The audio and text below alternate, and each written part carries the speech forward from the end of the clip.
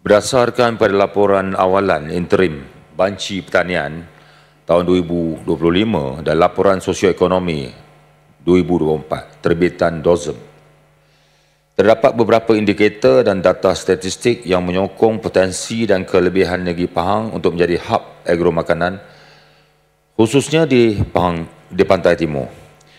Berikut adalah analisis kelebihan Pahang berdasarkan data dalam laporan tersebut. Pertama, kuasa besar ekonomi pertanian negara. Penyumbang kedua terbesar, iaitu Pahang kini disahkan sebagai penyumbang kedua terbesar nilai jualan pertanian di Malaysia selepas Johor, dengan rekod jualan mencecah 25.12 bilion pada tahun 2023. Dan ini adalah hasil persumbangan KDNK. Sektor pertanian menyumbang 22.3% kepada KDNK Negeri Pahang pada tahun 2024, iaitu peratusan sumbangan tertinggi berbanding negeri-negeri lain seperti Kelantan 20.1% dan Perak 14%. Ini membuktikan ekonomi Pahang sangat berorientasikan pertanian. Yang kedua, dominasi tanaman. Subsektor tanaman menyumbang 22.11 bilion, iaitu 88% daripada nilai jualan tersebut dipacu oleh kelapa sawit dan sayur-sayuran. Hub pengeluaran sayur-sayuran dan susu segar nombor 1 negara. Kelebihan Pahang bukan hanya pada komoditi sawit tetapi juga pada pengeluaran makanan bernilai tinggi. Pertama, sayur-sayuran. Daerah Cameron Highland menerajui pengeluaran sayur Malaysia dengan nilai jualan mencecah 3.6 bilion ringgit. Ini menjadikan Pahang bakul makanan utama untuk sayur-sayuran tanah tinggi bagi pasaran domestik dan ekspor. Yang keduanya, susu segar. Pahang merupakan pengeluar susu segar tertinggi di Malaysia dengan jumlah pengeluaran 9 juta liter. Daerah Rompin adalah penyumbang utama, iaitu 8.1 juta liter, diikuti oleh Bentong. Manakala dari segi infrastruktur logistik strategik, ECRL dan pelabuhan, laporan sosioekonomi 2024 menekankan peranan infrastruktur dalam menyokong rantaian bekalan makanan. ECRL, laluan rel Pantai Timur.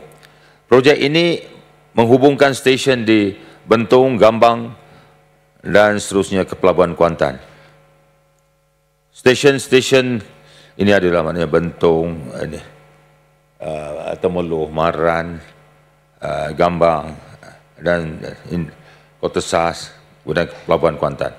Stesen-stesen ini akan berfungsi sebagai pusat pengendali kargo dan hub setempat untuk memudahkan pengedaran hasil tani dari Pantai Timur ke Pantai Barat dan pasaran antarabangsa. Manakala hub makanan halal, pembangunan industri halal sedang dipusatkan di lokasi strategik berdekatan stesen ECRL.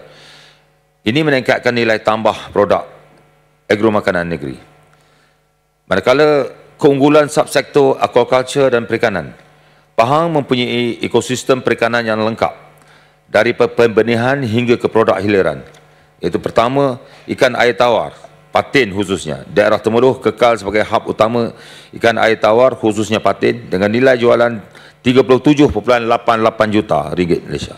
Ikan patin Temeloh diiktiraf sebagai simbol gastronomi yang memacu pelancongan dan ekonomi tempatan. Yang keduanya, hub benih ikan. Daerah Kuantan merekodkan pengeluaran benih aquaculture tertinggi di Malaysia dengan 4.29 bilion ekor benih, menjadikannya nadi penting kepada kelangsungan industri aquaculture negara. Yang ketiganya, perikanan marin.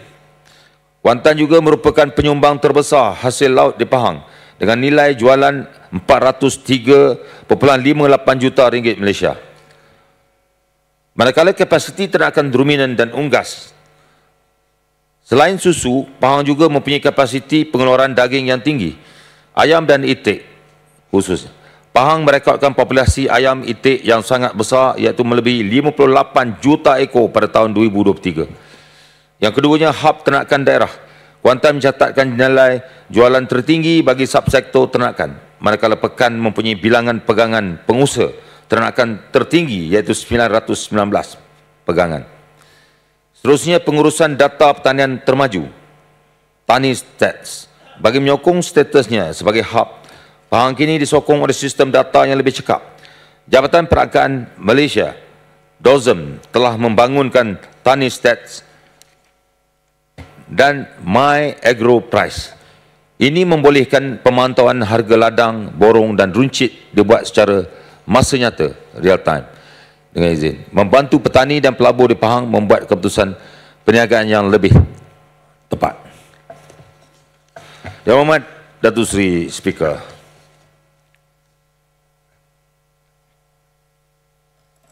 di antara usaha untuk menjadikan Pahang sebagai hub tersebut, iaitu pertama, kerajaan ingin menggalakkan penggunaan pertanian pintar dan teknologi moden, termasuk mekanisasi, fertigasi, sensor, IoT dan drone bagi meningkatkan produktiviti dan efisiensi kos. Keduanya, pemerkasaan zon pengeluaran tanaman makanan dan pengaktifan tanah terbiar yang strategik bagi memastikan kawasan pertanian optimum digunakan untuk tanaman bernilai tinggi, termasuk buah-buahan potensi yang berpotensi untuk diekspor. Yang ketiga, pembukusan CPPC di zon strategik bagi memudahkan pemrosesan dan penghantaran produk, meningkatkan nilai tambah serta memastikan rantaian bekalan makanan negeri lebih stabil. Kerjasama dengan institusi pendidikan, agensi persekutuan dan pemain industri membolehkan inovasi, perpindahan teknologi dan akses pasaran lebih luas.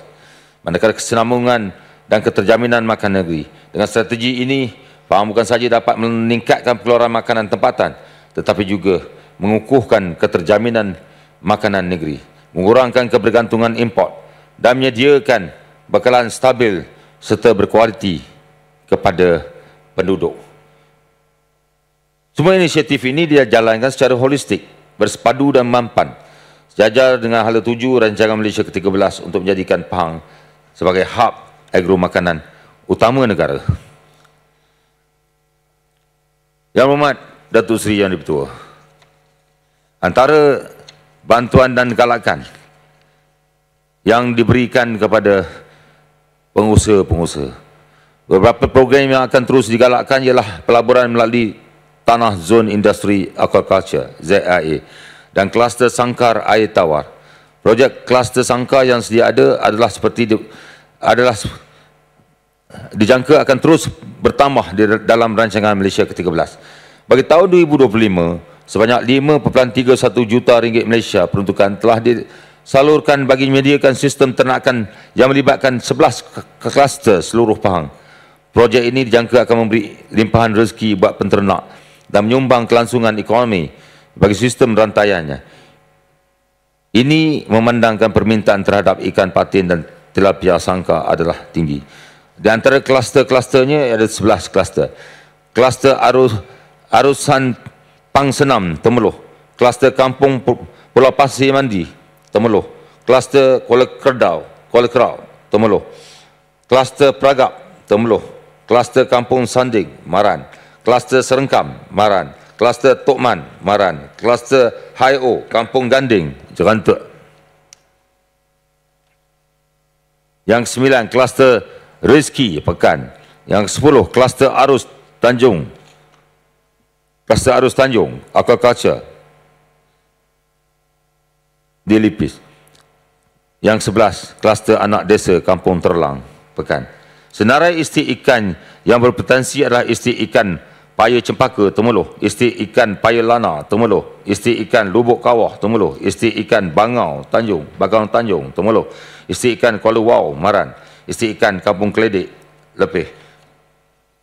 Istik ikan Kampung Lalang, Lipis. Sistem khidmat sokongan aquaculture ataupun SPEX daripada Jabatan Perikanan Malaysia bertujuan menyediakan pelbagai bantuan kepada peternak aquaculture, termasuk khidmat nasihat, latihan, bantuan kewangan untuk peralatan, benih ikan percuma untuk peternak kecil, dan bantuan-bantuan ini merangkumi aspek teknikal dan infrastruktur untuk meningkatkan sektor aquaculture negara.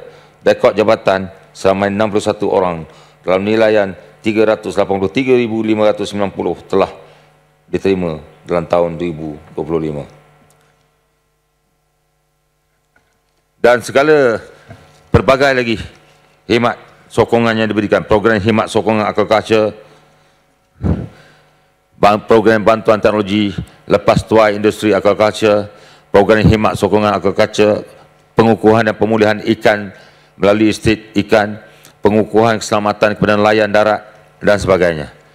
Rumusannya, Yang Berhormat Datuk Seri Speaker, Pahang bukan sekadar dicadangkan tetapi sudah berfungsi sebagai hub agro makanan utama. Kelebihan ini lebih spesifik, Yang Berhormat Datuk Seri Speaker. Cameron Highland sayur, Rompin susu, Temeloh ikan patin dan Kuantan benih ikan dan marin. Semuanya disokong oleh infrastruktur yang hebat termasuk ECRL yang bakal siap untuk memacu logistik ke pasaran luar. Terima kasih Datuk Seri Speaker.